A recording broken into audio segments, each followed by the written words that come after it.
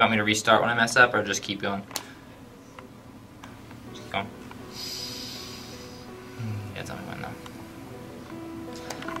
Hi, my name is Andrew Ansley. I'm 21 years old, and I am from Franklin, Tennessee.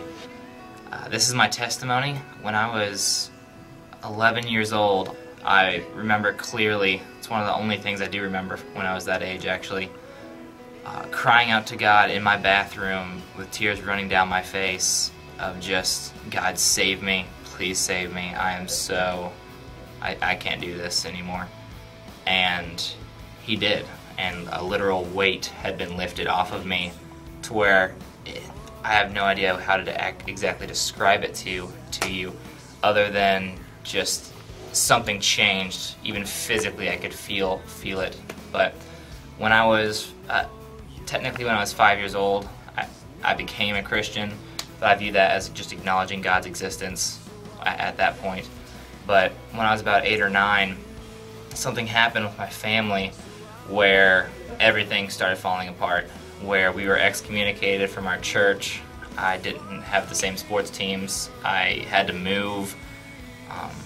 We changed schools. Absolutely everything changed. I lost my best friend I could no longer hang out with, and I just had to deal with it.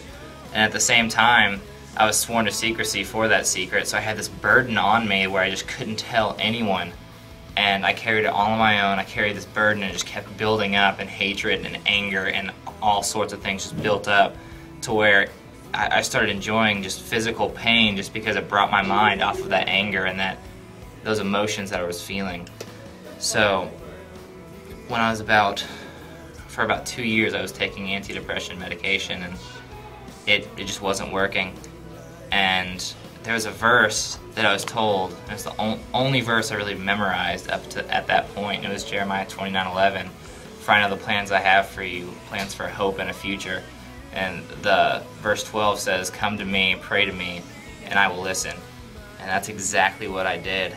And like I said, God just removed this burden. And then things were still rocky.